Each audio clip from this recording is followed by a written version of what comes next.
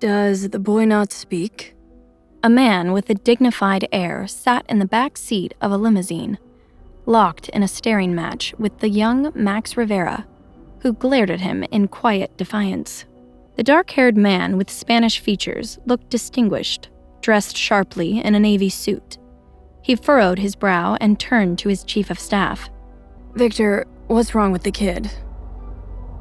His assistant was nervous to respond. Well, sir, the boy was a bit resistant to come with us. He bit the guard that carried him. The man eyed the boy with a proud smirk. Good. Serves the brute right for not following my instructions. I told you to invite the boy and his mother out to the car, not abduct him. Just then, Max interjected. Then let me go back to my mom. She'll be mad if I'm not in the apartment when she comes back. And you don't want to see my mom mad, mister. The corner of the man's mouth lifted in amusement. Is that so? He made an attempt to soften his tone. Listen, Max, no one here means you any harm. I'm afraid we got off to a bad start. Thanks to my senseless men. My name is Javier. This here is Victor, my assistant. And I promise you will be reunited with your mother very soon. Max's eyes narrowed. How do you know my name? And how come your car windows are so dark? And you have so many bodyguards? Are you like a star for one of those boy bands? Javier turned to Victor, hesitant about what he planned to say next, but proceeded. Max, what can you tell me about your father? Oh, my dad? He's dead. The boy spoke matter-of-factly, and Victor nearly choked on his water. The atmosphere in the car chilled as Javier's face darkened upon hearing this. He cleared his throat. Well, what if I told you that I'm your father? Max studied Javier's face with confusion. So, are you a ghost? An exasperated sigh left Javier's mouth. No, not a ghost. Wouldn't you like to have a father that's alive? How about you come and spend some time with me? My house has a pool, basketball court, and there's even a horse stable. Do you like horses? Max looked at his so-called father, intrigued. Does your TV get CNN? Victor interrupted with a chuckle. Sorry. I think the boy meant CN, the Cartoon Network. Max flatly corrected him. No, CNN, cable news. Impressed, Javier lifted a brow. Smart boy. I have over a dozen TVs, all equipped with more than 50 international news channels. Max sat back, dropping his guard. Your house does sound cool, but my mom would be sad if I went somewhere cool without her. Can she come too? Before Javier could answer, a member of his staff popped into the car. Sir, there's a situation. The VP has requested an emergency video call. Javier grunted in disappointment. Very well. I'll take the town car back to the office and leave this one here. He turned to Max with an apologetic grin. I'm sorry I have to run, but I look forward to spending more time with you, Max. An unknown emotion flickered in Javier's eyes. Something bittersweet, but hopeful. Goodbye. Meanwhile, as Javier hopped into a town car that sped away, Amelia was ushered into the limo and reunited with her son. She rushed to him, relieved to see him unharmed. Max, thank God. You're okay? I'm so sorry, sweetie. The elevator got stuck again, and when I got back... Max took her hand. Mom, it's okay. I'm all right. Still perched in the corner of the limo, Victor chimed in. Miss Rivera, on behalf of my boss and myself, we are deeply sorry for the misunderstanding. We didn't mean to cause any distress. Amelia's stare bore a hole into the bespectacled assistant. Is your boss crazy? Where is he? She couldn't believe the weasel managed to sneak away before she could give him a piece of her mind. Miss Rivera, unfortunately, my boss had to tend to an urgent matter. But he's invited you and Max to join him for dinner tonight. His driver here can take you two to his estate now, if you'll allow. Victor gave a desperate smile, unsure if she'd agree to see Javier. With a devilish spark in her eyes, Amelia accepted the invitation. I will absolutely join your boss for dinner. Tell him I cannot wait. She had to know why he was here, because there was no way she'd let him take her son. She needed to make that crystal clear. Max leaned in close and whispered in her ear. Mom, the man that was here before, he said he's my dad? Amelia's heart clenched. This was not a conversation she expected to have anytime soon. It's a complicated story. The short answer is yes, he is. But I can explain later, okay? Max nodded, his little brain deep in thought. Internally, Amelia cursed this man for blabbing their son's paternity to him so recklessly.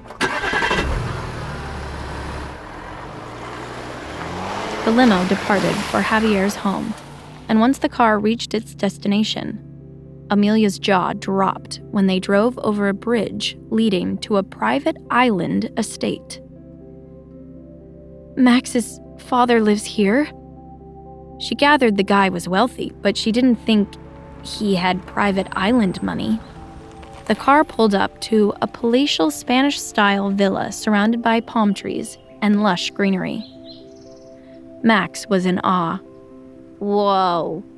Is this a house or a hotel? When they entered the home, they were greeted by Mr. Grant, the head butler.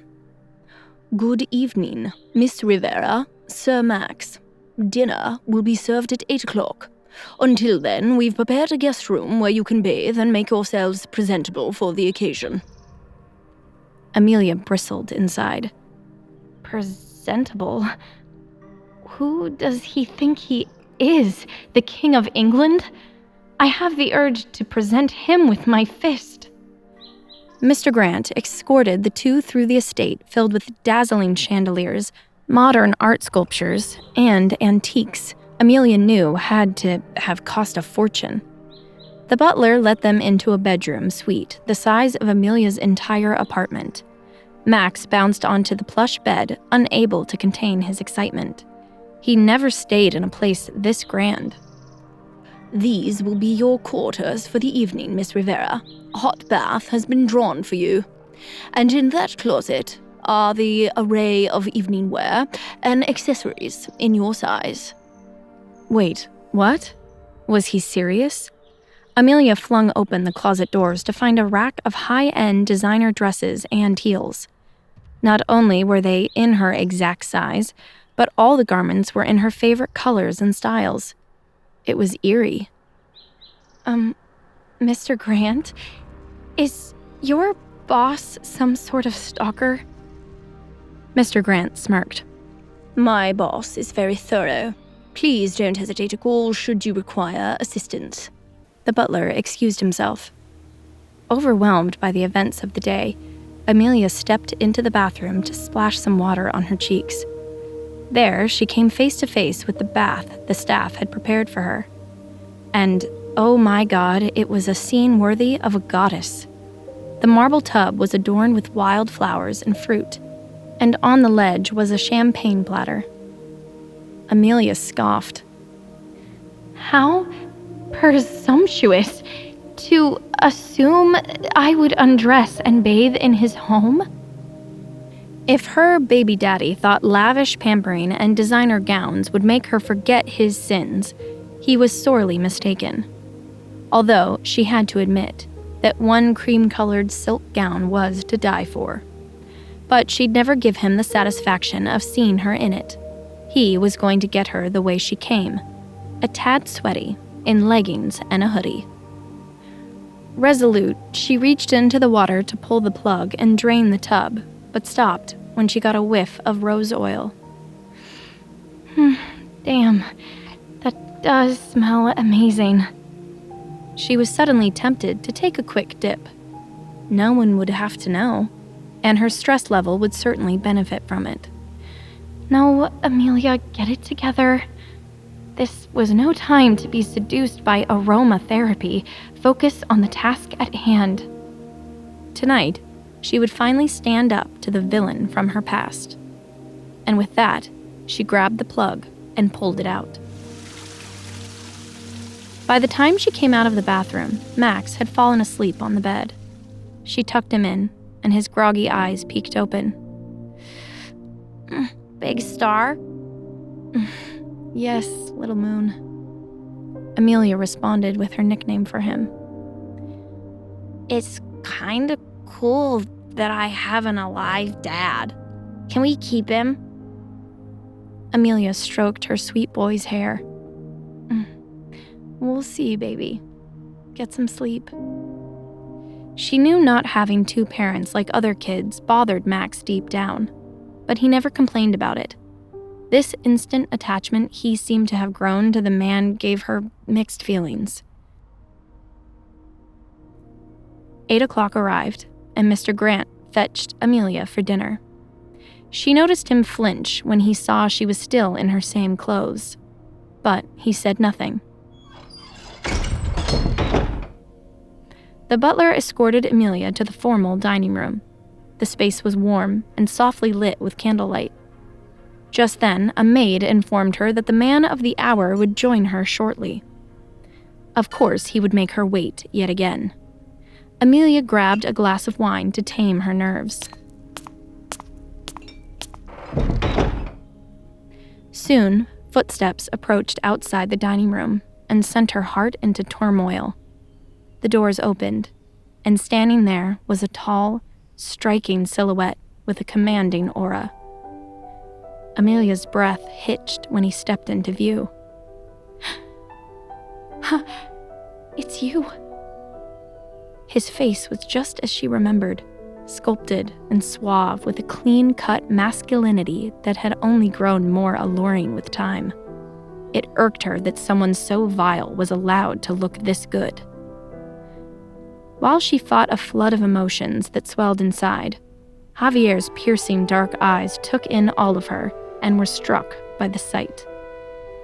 Her soft olive skin and chestnut hair was radiant in the glow of the candlelight. She was just as pretty as the night they met. His eyes traveled down and registered that she chose not to wear any of the gowns he gifted her. He liked her like this, though. This way, he got to see the real her. Amelia, on the other hand, now felt self-conscious standing next to this impeccably dressed man while in athleisure wear. Maybe she should have worn that silk dress, she thought. Then she could have tortured him with how amazing her body would have looked in it. After a moment, Javier slowly closed the distance between them. "Hello, Amelia." That voice. It was the same smooth baritone that echoed in her dreams whenever her mind revisited the night they gave themselves to each other in sweet abandon. That night before he ruined everything. Just then, a cool, confident grin crossed his face. "Tell me, how have you been?" How has she been? His question was sobering and maddening. After 6 years of pent-up spite and fury, she found herself at loss for words, and her hand shot up to the sky. She struck Javier hard across his chiseled face. As his eyes darkened, Amelia was rushed by a team of bodyguards who pinned her to the wall. Let go of me. What kind of coward needs a gang of men to save him from one woman? Everyone cringed in disbelief at the disrespectful words Amelia dared to fling at their boss. Javier's head of security turned to him. Your Royal Highness, are you okay? Javier growled, annoyed. I'm fine. She's fine, leave us. But, Your Highness, any potential threat to the crown must... Growing impatient, Javier cut the man off. I said leave us. Did he just call him Your Highness? Amelia wondered if she heard that correctly, as the men let her go and retreated. She looked at Javier with wonder and finally demanded, Who the hell are you? Why did that man just refer to you as Your Highness? Javier licked a small cut her ring made on his lip, then gave her a smug smirk. I am Javier Calderon, the Crown Prince of Spain. To know more, listen to the audio series Heir in Hiding, only on the Pocket FM app.